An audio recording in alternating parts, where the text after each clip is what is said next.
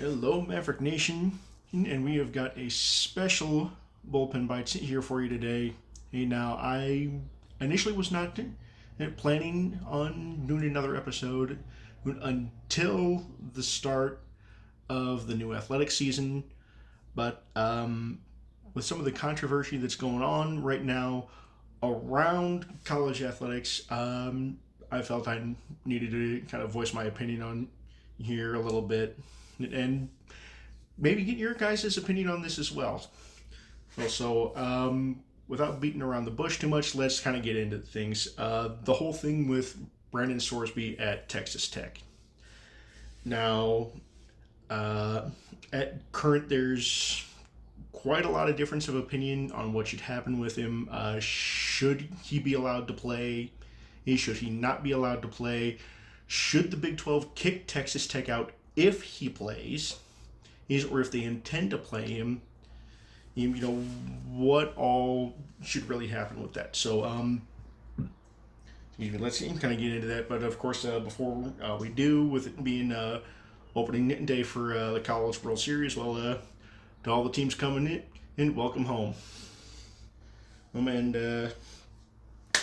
again, let's get it. So, while at Indiana and Cincinnati, Brendon Sorsby broke kind of the number one rule that the NCAA has for college athletes, and this is something that apparently every college athlete has to sign an agreement with the NCAA at the start of every year that they agree not to gamble on college athletics. And apparently, Sorsby thought that didn't apply to him and went ahead and did it anyway. Now, not only did he go ahead and gamble on his own teams, but he could potentially be facing some really big trouble, as not only was he gambling underage, because he started gambling on college athletics at, I believe they were saying 20 years old, which, of course, the legal gambling age here in the U.S. is 21, so big no-no there. But he also apparently broke the Federal Wire Act, which prohibits gambling across state lines.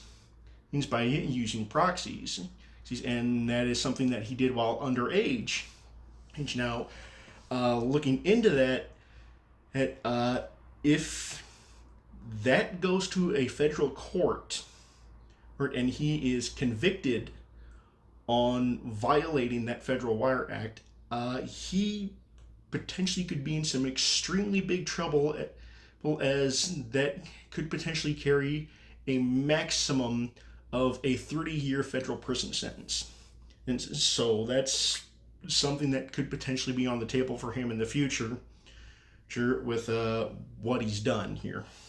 Now, as far as this concerns the NCAA, with what he did under NCAA bylaw 10.3, technically, under NCAA rule, he could be permanently banned from participating in college athletics. Now, the reason that this has created such a firestorm is Sorsby apparently took this to a district court while in Texas, and the district court overturned that ruling from the NCAA. And why Texas Tech is kind of in the middle of all of this is Texas Tech is backing that ruling from the district court, saying that they are going to play Brendon Sorsby this year. You're in violation of NCAA rules. And now, of course, you have members of the Big 12 saying, well, if they're going to let him play after violating this big no-no set by the NCAA, well, then we're just not going to play them anymore.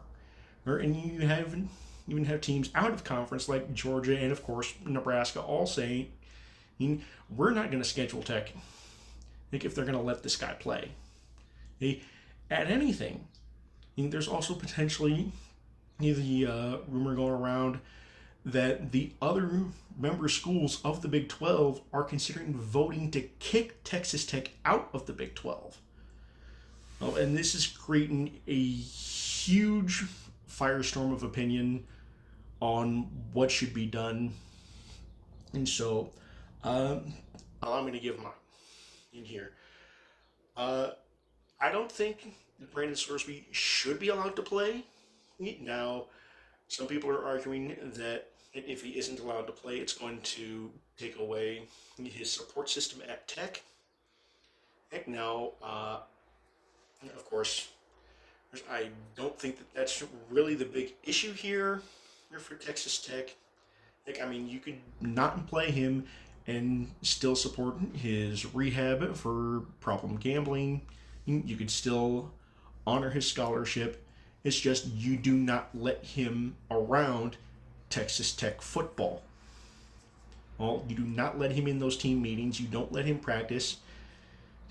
You let the NCAA do their job with their bylaws and their ruling on players betting on college athletics, especially on teams that they are a part of, and you allow the NCAA to permanently strip his eligibility, because that is literally what he agreed to, that if he gambled while a college athlete, that the NCAA could strip his eligibility if he got caught. He did.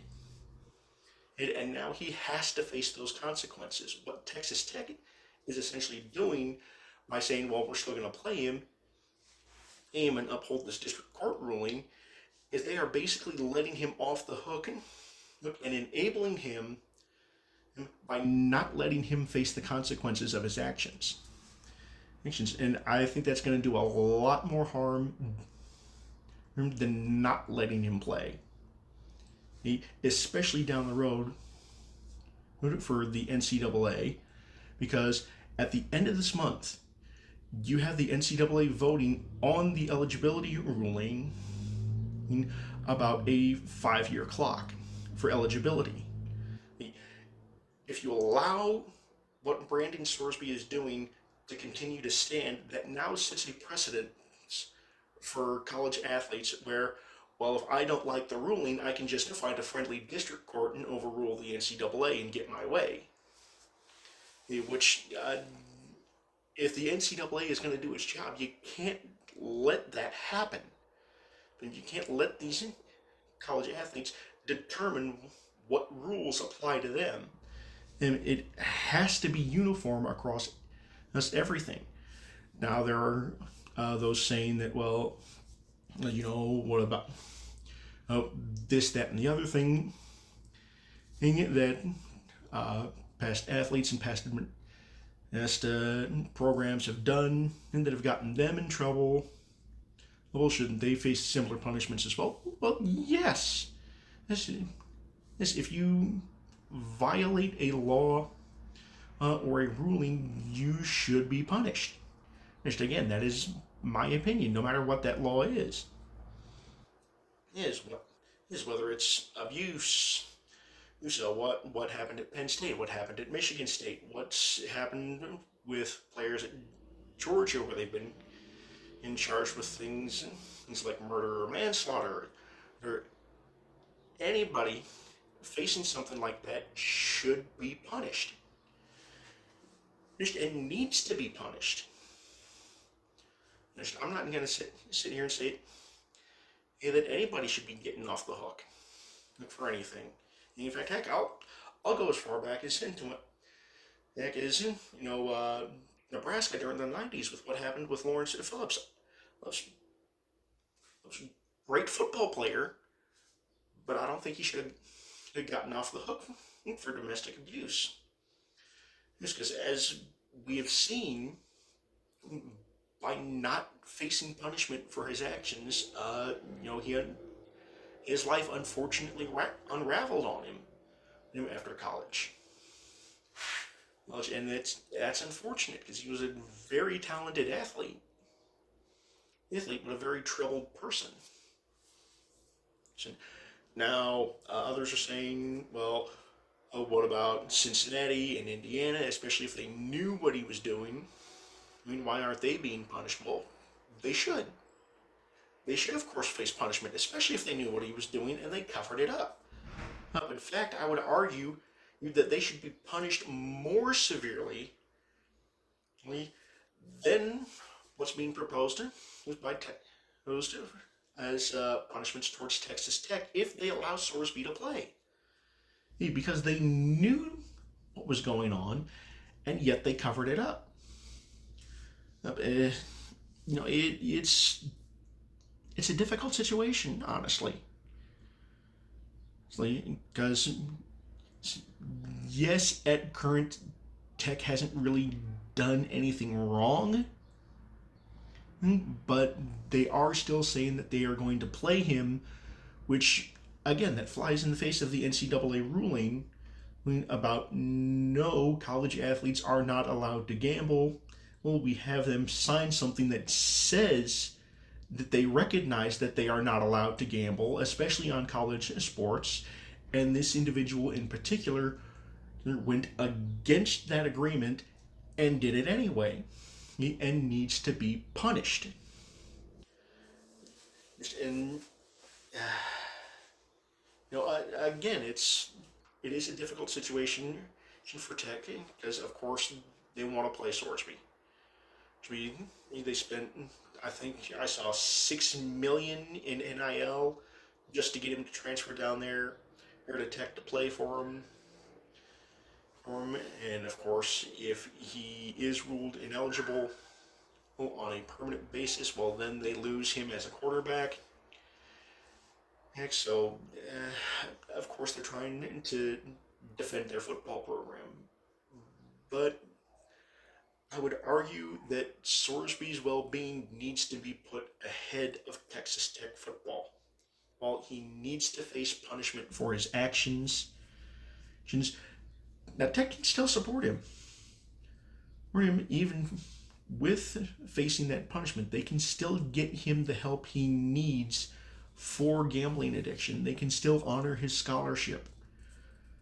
Again, you just keep him away from the football program. But it's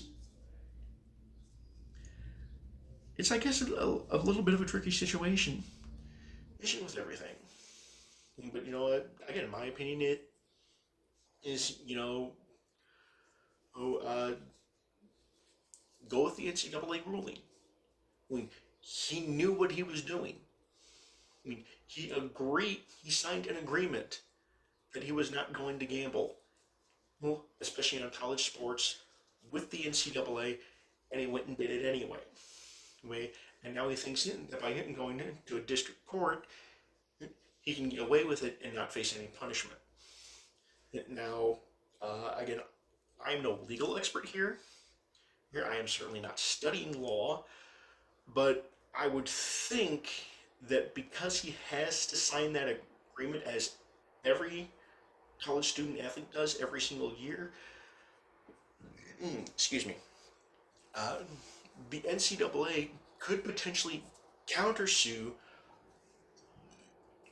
both Sorsby and Texas Tech and say, hey, look, he entered into a legally binding contract with us saying he wasn't going to do this, and he did it anyway. Right? This is breach of contract, and we want to uphold our end of that contract, saying that by breaching this, he has to face punishment. And honestly, I'm starting to think that the NCAA needs to do that well before your potentially July 1st, just when all college athletics come to an end and the year begins to reset for the upcoming year. That they need to file that injunction, and whether it's with the district court or even take it all the way to federal court.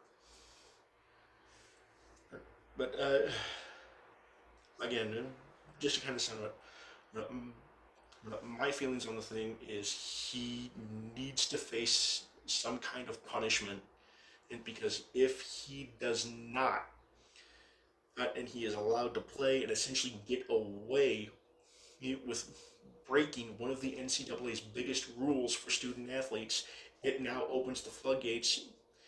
Where if a student athlete doesn't like an NCAA ruling, well, all they have to do is find a favorable district judge, and she says, well, that rule doesn't apply to this person anymore. It's turning into the wild, wild west out there here within the NCAA, and this is only going to make it worse if Sorsby is allowed to play. But we'll have to keep an eye on things and see what happens. And I'm hoping that he will eventually face punishment. Though for right now, it seems like any further hearing is being postponed until after the college football season, until next February. Which, if that is the case, since Sorsby does end up playing for Tech, well, fat lot of good that does. Yes, but anyway, that's my opinion on things. Now, as for things pertaining to UNO, Lindenwood did just release their schedule yesterday for hockey. So the hockey team will be heading down to Lindenwood October 23rd and 24th.